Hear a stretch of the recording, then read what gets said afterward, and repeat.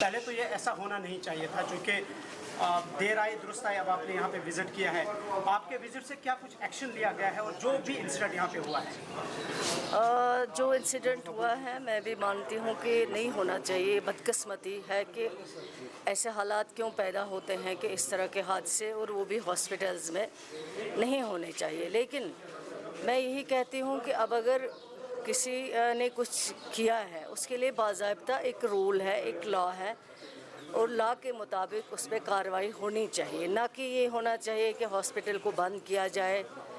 जो पेशेंट आते हैं, जो पेशेंट कल आए, जिनको यहाँ सफ़र करना पड़ा, इलाज नहीं मिल सका उनको क्योंकि बंद होने की वजह से, तो मेरे ख़्याल से वो चीज़ नहीं होनी चाहिए। उसके लिए ज़रूर जो है इन्वेस्टिगेशन होगी, कार्रवाई होगी, क्योंकि पेशेंट का क्या कसूर है। अब अगर फॉर एग्ज़ाम्पल आपने कोई गलत चीज़ की है, लेकिन आप सारे लोगों को क्यों उसकी सज़ा दे रहे हैं? तो हम भी मानते हैं कि चलो अगर कुछ हुआ है उसके लिए भी एक रूल है, एक लॉ है, और लॉ के अंदर अंदर उसकी तहकीकात हो जाती, डिपार्टमेंट को लिखा जाता, या पुलिस डिपार्टमेंट है उनको लिखा जाता कि इस तरह के हादसे नहीं होने चाहिए पेश। लेकिन उसके बाद इस तरह लोगों को सफ़र करवाना, पेशेंट केयर में ओटी बंद करना, या बाकी जो जहाँ पे पेशेंट केयर होता है वार्ड्स को बंद रखना, एमरजेंसीज़ को बंद करना, ये बहुत गलत बात है। इस चीज़ को बर्दाश्त नहीं किया जा सकता। कुछ भी बर्दाश्त किया जा सकता है, लेकिन पेशेंट केयर में अगर कहीं पे भी, डॉक्टर्स हमारे भाई हैं, हमारे बहनें हैं, लेकिन अगर कहीं पे भी पेशेंट केयर में कोई भी लापरवाही की गई हो, या पेशेंट केयर में किसी भी पेशेंट को, जब मैं गई थी जेवीसी, मैंने वहाँ देखा इतना रश था, क्योंकि यहाँ के पेशेंट सारे वहाँ जा रहे थे। तो ये चीज़ गलत है, ये चीज़ को हम बर्दाश्त नहीं करेंगे। इस चीज़ को जो है नहीं आप जस्टिफाई कर सकते हो। मैं खुद मानती हूँ कि अगर कहीं पे गलती हुई, डॉक्टर्स हमारे भाई हैं, उनके हाथ में जादू नहीं है, वो किसी को बचा नहीं सकते। उनका इलाज है ट्रीट करना, और वो ट्रीटमेंट भी उनको अपने हद इख्तियार में करना है, अपना बिहेवियर ठीक रखना है। पेशेंट हो या अटेंडेंट हो, उनके साथ बिहेवियर अच्छा रखना है, उनको समझाना है, उनको बताना है। और जब पेशेंट आता है वो परेशान होता है, उसको बेचारे को लगता है कि शायद अब मैं यहाँ जाऊँगा मेरे पेशेंट जो है वो बच जाएगा। हालांकि बचाने वाला डॉक्टर नहीं है, बचाने वाला अल्लाह ताला है।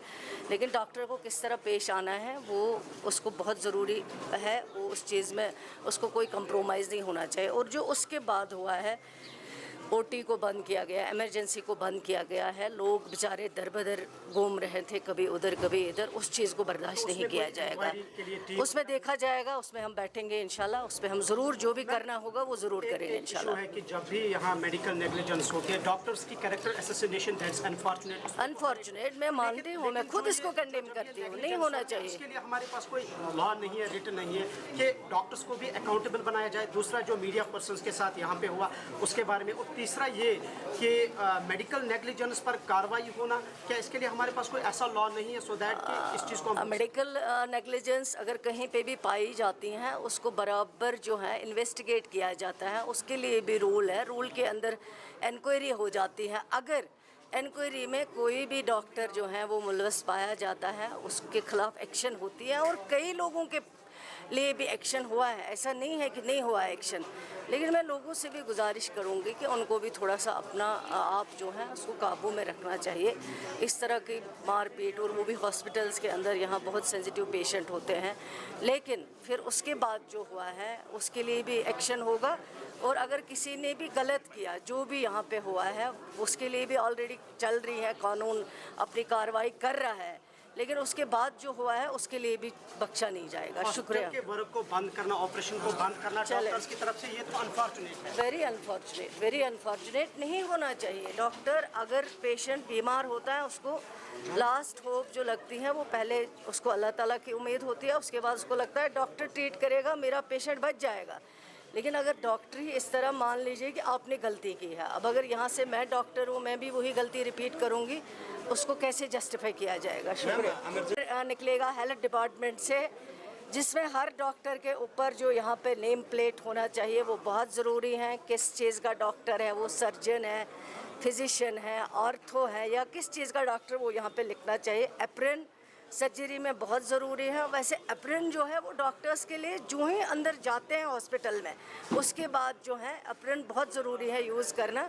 उसके बगैर अगर कोई होगा आपको कैसे लगेगा कि ये डॉक्टर, आप समझेंगे कोई आम इंसान जो है वो जा रहा है। ये कुछ चीज़ें हैं, ये मैंडेटरी हैं, इनको हम ऑर्डर इशू कर देंगे, ये होना चाहिए। एसएमएच में कोई पर्टिकुलर मैकेनिज्म ऐसा एस्टैब्लिश किया जाएगा सो दैट अगर पेशेंट की या अटेंडेंट की कोई शिकायत हो, इवन कि अगर डॉक्टर की भी शिकायत हो, कि हंगामा ना हो, एक क्रेडिबल इदारे पर इस तरीके से बात नहीं, ज़रूर एक ग्रीवेंस सेल जो है वो खोला जाएगा, चाहे वो सेक्रेटेरिएट लेवल पे हो।